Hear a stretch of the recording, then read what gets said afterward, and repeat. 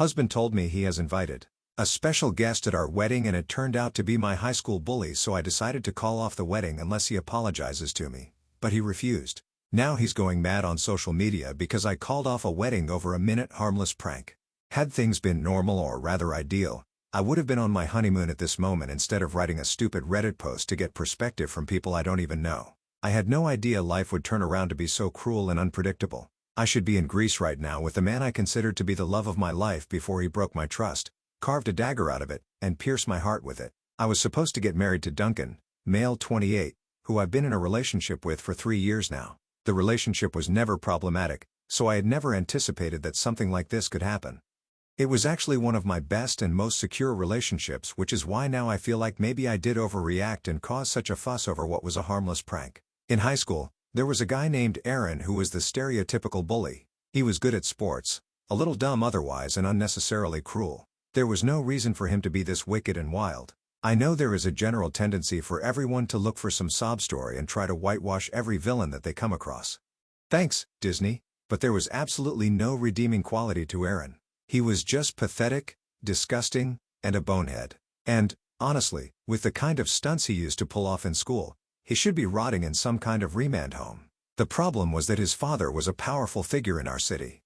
We come from a small town, so nobody could do jack about him. Everyone in school knew he was a bully, and nobody had the guts to stand up against him, not even the teachers. One day, I had had enough, and I went to the principal of the school to complain, and he said that he would look into it and do something about it. A month passed, and nothing happened. Aaron hadn't stopped, so I knew the principal hadn't done anything. I went to the office again, this time with my dad. My dad forced the principal to make a written complaint so that it was in the school records. I was too young to understand that at the time, but now I do. Dad knew that if we tried to escalate the situation outside the school, the principal could just claim that I had never come to them with a complaint. So Dad ensured that we created a paper trail that couldn't be refuted. Things got serious. Aaron was called to the office and his father was called. The father didn't turn up. He was too busy, you see. On another day, his mother was called, but she didn't turn up. This happened 3 times and no parent came. So ultimately, it just boiled down to the principal giving him a verbal warning that this should not be repeated. And if it did, the school would have to take action against him. Everyone knew that the school wouldn't take any action against him. But most importantly, Aaron knew that nobody could touch him. He was invincible, and that was the moment when the bullying got exponentially worse. Earlier, it was just insults and things, but now it devolved into actual pranks. Like he would tip the guy in the school cafeteria to put a roach in my food. He would lace my usual class seat with gum, and that would stain all my clothes. He was clever about it. He wasn't abusing me either physically or verbally, but had resorted to some mean and twisted kind of mental torture, which was somehow hilarious to everyone else around me. Whenever I tried to create a fuss about it, I was called a prude and a snob and that I had no funny bone in my body. All in all, the experience was horrible. And even though it was a decade ago, I sometimes still have nightmares from it, and I hate Aaron with every fiber in my being. There is no way that I would ever forgive him even if he has changed, which the grapevine tells me he has. I don't care. I don't owe him forgiveness, and I am never going to forgive him. Aaron became a part of my past that I buried deep inside me once I left for college. I went out of state, graduated, and have never been in contact with him or in touch with him since. Both of us have a few mutuals on social media, so I would get to see him in a group photo or something once in a while. But that was the extent of it. For me, the Aaron chapter was over the minute I stepped out of school. And even though I am still traumatized by what he put me through, I had mentally just stopped engaging with his memories or that part of my life. When I met Duncan around 3 years ago, we hit it off pretty quickly. 6 months into the relationship, however, he tried to pull a funny prank on me. He was the self-proclaimed prankster of his group and was quite proud of it. I had come to know this in the initial few weeks of us dating. However, I had made it very clear to him that I was not one for pranks and that it just triggered bad memories in me. He seemed to understand it, but 6 months in, he tried to play a prank on me. I got wind of it beforehand, and I thwarted his plans. We had the biggest fight of our relationship at that point in time, and I was very close to breaking up with him. I told him that if he couldn't respect such a basic demand that I had from him, I actually had no words, and he could do whatever the hell he wanted to. I was out of this mess. It was a bad fight because he said that it wasn't such a big deal, and I needed to grow a funny bone. It just kept on getting worse, and I got horrid flashbacks from school. That was when I broke down and told him what had happened to me when I was in school. He was quiet for a moment and then apologized profusely. He said that he had no idea that I had gone through this and he was very sorry. He seemed sincere about it and I thought that I should give him the benefit of the doubt because he didn't know all my trauma associated with pranks. This was 2.5 years ago, and he had never pranked me again until the day of our wedding. I had honestly completely forgotten about that incident. I had no reason to remember it. I know it was a massive fight, but things got resolved, and he was genuinely remorseful, so we pushed past that bump. Now coming to the day of the wedding, everything was going smoothly. It was a small ceremony that we had planned with a couple of friends and family, and I was very happy. I was certain that he was the guy I wanted to spend the rest of my life with, and I thought that everything was perfect. Duncan had mentioned that he had invited a special guest to the wedding a few weeks ago, but I didn't really pay much heed to it. I thought that it would be his old grandmother. I love her. She's a sweetheart, and she had told us that she wouldn't be able to make it. I had thought she had somehow managed to come anyway. It's around half an hour before I am to walk down the aisle. There are a million things running through my mind. I tried to call my maid of honor, but the call isn't going through. I panic a little and calm myself and then call Samantha for a bridesmaid. The same thing. The call isn't going through. I try Neha, another bridesmaid, and it says the same thing. By this point, alarm bells are blaring in my head. I call Jonah, Duncan's best man. He says that he can't see anyone from my wedding party, essentially, the bridesmaids and my maid of honor, and he was about to call me to check if everything is okay. I asked Mom, who was with me at the time, to call Dad up and find out what was happening, and she comes back all flustered saying that nobody has any idea where these guys are. I am hyperventilating at this point, and I am genuinely scared because I can't get through to anyone. I asked Jonah to not tell Duncan because I don't want him to get worried. Little did I know that this was his doing all along. I tried to sneak into the wedding hall in order to figure out what the hell is up, and what I see just makes the earth shake from beneath my feet. It was Aaron at the door. I don't remember anything else. I just remember gasping and collapsing on the floor. I was completely frozen. I couldn't move my damn body, and a few people actually had to carry me away. There was a lot of commotion for the next couple of minutes. I remember that much.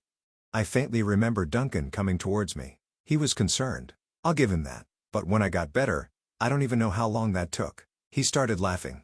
He said that I should have seen my face and that it was the best prank he had pulled in ages. I looked at him in disbelief. By that time, my maid of honor and bridesmaids had come. So I asked them where they were. They said that they had been locked inside a room and their phones weren't reachable. Duncan was the one who had called them there, and he had even taken away the phones of some of them. And Aaron was the one who had locked them inside.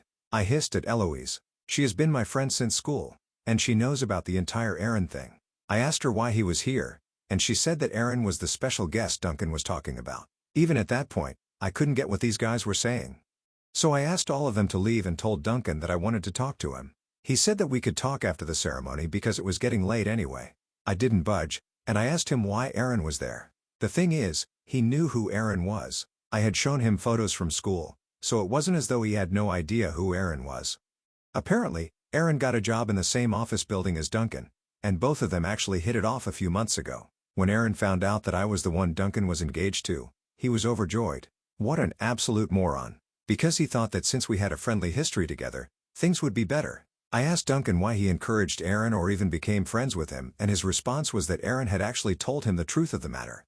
Apparently, Aaron's version was that he was not a bully, but rather a jokester, and I used to be very sensitive. That was why Duncan decided that it was best if Aaron came to the wedding and we could bury the hatchet. I was too stoned to speak. I don't know what came over me, but I took off my ring and handed it to him. I told him that we were over and there was no wedding happening. All hell broke loose. I went outside, announced that the wedding was off, and thanked everyone for coming, and just took off with my family. I really don't know how my friends handled the mess after that, but they did. And they haven't told me what they did because they don't want to stress me out. This was last week and Duncan has gone crazy. He's been blowing up my phone, my parents' phones. His family is continually trying to get in touch with me, but I have just iced him out. I've been no contact these past few days, and I can't even think straight. And if that's not all, he has been slandering me all across social media, saying things like I couldn't have taken a single prank and that I was a prude and whatnot. It's a mess and I really don't know how the hell I got into this mess. Things were perfect between us and it wasn't supposed to be this way. I don't know what made him pull that prank. I don't even know what led me to take that decision. I saw Aaron and everything come flooding back, and I think even at that point, I hadn't thought of calling the wedding off. When I heard Duncan's excuse and justification for what he did, I just lost it. I couldn't believe that the man who had known me for so long and whom I had confided in and shared the most traumatic part of my life with had suddenly decided to believe my abuser over me. He had no reason to do that. He hadn't even told me that Aaron was working in the same building. To me, even associating with him was wrong. But maybe I'm overreacting because I am all across social media and Duncan has been cussing me out. Everyone says that I have been very dramatic about all of it and that it was foolish to throw away 3 years over one stupid joke. My parents and my friends support me, and they say that I was in the right to do what I did. But they also say that, eventually, I will have to talk to Duncan, and I can't keep avoiding it for all time to come. I know that I will need to talk to him, but, God, I don't know what to say. I'm second-guessing my own decision right now. Maybe all the others are right. Maybe I could have handled it better even if I was annoyed. I could have just resolved it in a different way rather than choosing to go all nuclear. I don't know what to do. I don't know where life is going to take me. It has been 2 weeks since my last post, and I have finally had some time to think about what happened and why I reacted the way I did. It wasn't easy, but it had to be done. I also went through every single comment that you guys posted, and though I didn't reply to some of them, I have read all of them. I'm so thankful for you and your advice, and I am glad I came to Reddit for help. You guys have opened my eyes to so much that I was willing to brush under the carpet because my ex-fiancé was a prankster. I didn't even realize exactly how bad the situation was and how demeaning and insulting it was to me as a partner. To all those who pointed out just how big of an a-hole Duncan is, I want to say thank you because even though he has been great in all the years before this is something that is not excusable, at least in my eyes.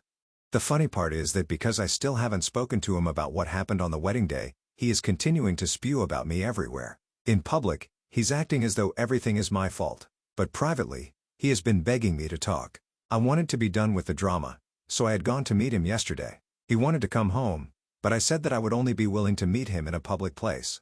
We met at a cafe, and the meeting was a disaster, to say the very least. I had hoped, stupidly, I admit, that he would at least have had some remorse, that he would have used this time to introspect and dig deep to understand why I reacted the way that I did. But no, he was his usual cocky self, and I had had enough of it. He started off by saying that I had reacted very poorly, and it had shamed him in society. He also said that it wasn't that big of a prank, and it certainly did not warrant such an overreaction. I let him speak to his heart's content and then tore his argument apart bit by bit. I told him the fact that he had even invited Aaron to the wedding was weird as hell. Why would you even think of bringing my abuser to the day that is supposed to be the most special one in my life? He had the audacity to scoff at me and say, I know how big of an abuser he was, Mel. I had never in my life imagined that he would stoop to this level and say something so cruel to me. But, well, maybe I had never seen this side of him. It took every ounce of strength in me to not jump across the table and slap him square in the face. I told him that if he believed a literal stranger over me, the woman he wanted to marry, then I had nothing more to say, and I was glad I called off the wedding. He rolled his eyes, and I believe he was still treating it like a minor fight and not a breakup. He said that I was being dramatic for no reason. I needed to calm down and talk rationally. I told him that there was no more talking to be done between us because he clearly didn't believe what I said. And moreover, he chose to believe my abuser, call him to the wedding, all for what? A few cheap laughs? And nobody found it funny except him. It wasn't even a good prank at that. He then said something that just made me lose all respect for him. He said that he was willing to forgive me and take me back in spite of my silly shenanigans, but I needed to publicly admit that I was being dramatic. It was like talking to and listening to a goddamn wall. He was being so obtuse about the entire thing as if I was the one at fault. And at that point, I realized that he genuinely believed that it was me at fault. He kept on insisting that I needed to stop taking all this so seriously, and I had had enough. He was being a bonehead, and I had no interest in talking to him anymore. I just handed him my ring, and I think that that is when he realized that I was dead serious about us not being together anymore.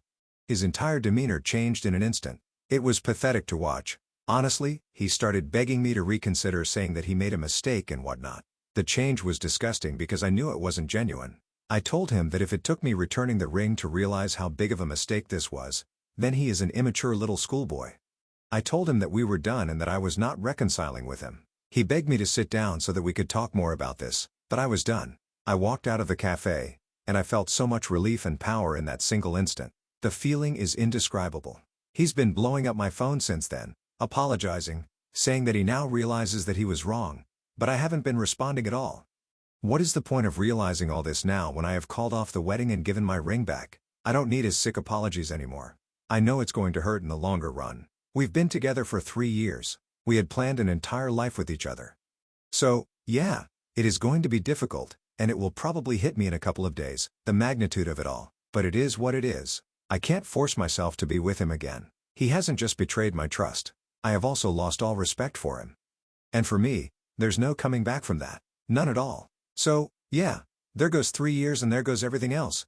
But at least I can sleep at night knowing that I made the right choice for myself. I took the advice of a lot of you around here and decided to clear the air myself. After my meeting with Duncan, he was acting all needy and clingy for a couple of days. After which, he went radio silent. I had thought that maybe he had understood that it was over for good between us and good sense had prevailed. I was wrong. I got a frantic call from Eloise who told me that Duncan had posted a long sob story on both Facebook and Instagram for the world to see. It was a very one-sided, half-baked attempt at trying to garner sympathy. And any last ounce of respect that I felt for him evaporated the minute I finished reading all that he had written. He had basically called me every name in the book and told the world that I was the one causing him distress because I was jealous of the fact that he was making new friends, aka Aaron. He tried to portray me as a bat-crazy controlling partner, writing things like I had always been this way, and he had had to compromise on friends and friendships because of me. That has never happened. He tried to paint me as a toxic woman who had a problem with anyone that wasn't me. So much so that I was insecure over a friend that he had made in the office, and the worst part, according to him, was that the friend was a man, so there was no chance of anything happening between them. He pretended to be all good and submissive in the post, saying that he would have understood and even relented had his friend been a woman. But given the way I was behaving over a male friend, going to the extent of canceling the wedding and not being open to reconciliation, it showed that I was egotistical, insecure, and narcissistic. He threw together whatever words he could find and tried to malign me in the worst way possible. I had never thought that he could stoop to this level, but he'd prove me wrong again. And I knew that I had to do some damage control. This was getting completely out of hand, and it was time for me to play some offense, or he would just whitewash everything that he had done and become the victim in the entire situation. It took me an entire day to sort out my thoughts and write whatever I did. The text post is too long to copy here, but it didn't really say anything other than what I have already mentioned in my original post. I made sure to include the part where I was bullied by his new friend in school and that I had told him early on in the relationship that I had an aversion to pranks of this sort. I didn't mince words. I didn't try to be nice about it, but I also did not lie. Every single word that I put out for the world to see was the truth. And that was exactly what was not palatable to Duncan. To say that the post blew up would be an understatement. All the people who were whining over what a bitch I was and consoling and cajoling Duncan were now storming my DMs to apologize and get their act right. I was flooded with text and calls. Surprisingly, none from Duncan himself. I just got a text from him a day later calling me a stupid bitch, and that was it. I then blocked his numbers because I don't need him in my life anymore, and I certainly don't need any more of this drama. The surprising thing that happened was that his mom reached out to me. I have always liked her. She's been the sensible kind, even though we haven't interacted a lot to be considered close. She told me that she had heard a very different story from Duncan and that she was sorry for not asking me earlier. She said that she had believed her son and that she now realizes that that was a mistake. She apologized on his behalf, and I told her that she didn't have to. Out of all the people that reached out to me, her apology and message seemed the most genuine, and she didn't even have to apologize, if I'm being honest. It wasn't her fault that her grown son was behaving this way. I thankfully haven't had anything from Aaron yet, and I know I won't. If he still had the gall to stand in front of me and play that stupid prank on the day of my wedding, I can make a fairly accurate estimate of how much he would have matured in all these years. 0. The narrative has changed now, and people are boycotting Duncan, both for being in a hole and for lying about everything for social media brownie points and sympathy from internet strangers. It's sad how things have turned out for him. It's sad for me too, because the adrenaline rush from all this drama is going to wear off soon, and I am dreading that because that is when I will have to face reality. It's not something that can be avoided, and now I think it's time I ripped the band-aid off. It has been a long time now. Me swimming and drowning alternatively in this godforsaken mess. It's time I got myself out of it. I owe it to myself and my parents and friends who have stood by me in this entire episode. Thanks to all of you who supported me and made me stand firm on my decision, because I was very close to retracing my steps and going back to Duncan when I had first posted. I am glad I didn't go through with it, and I didn't let him gaslight me into thinking that I was the one overreacting. Hopefully, things will get better from here onwards. I'm going on a trip. Duncan and I had originally planned that we would go for our honeymoon a couple of weeks after the wedding. Well, now this is no honeymoon, but I had spent considerable money on the booking, so I thought, why the hell not? I'm going to go for a solo trip to Southeast Asia. I know it might sound weird to a lot of you, but I need a break. And after being in a relationship for 3 years, I need to restart and, more importantly, rediscover how to do things myself. I have had no contact from him now, which makes me really relieved and also a bit sad, because no matter what happened, I do miss him. Of course, I'm not going to go back to him, but it isn't easy letting go of an attachment that lasted for so long. So I need this trip in order to get back on track and get my mind off things.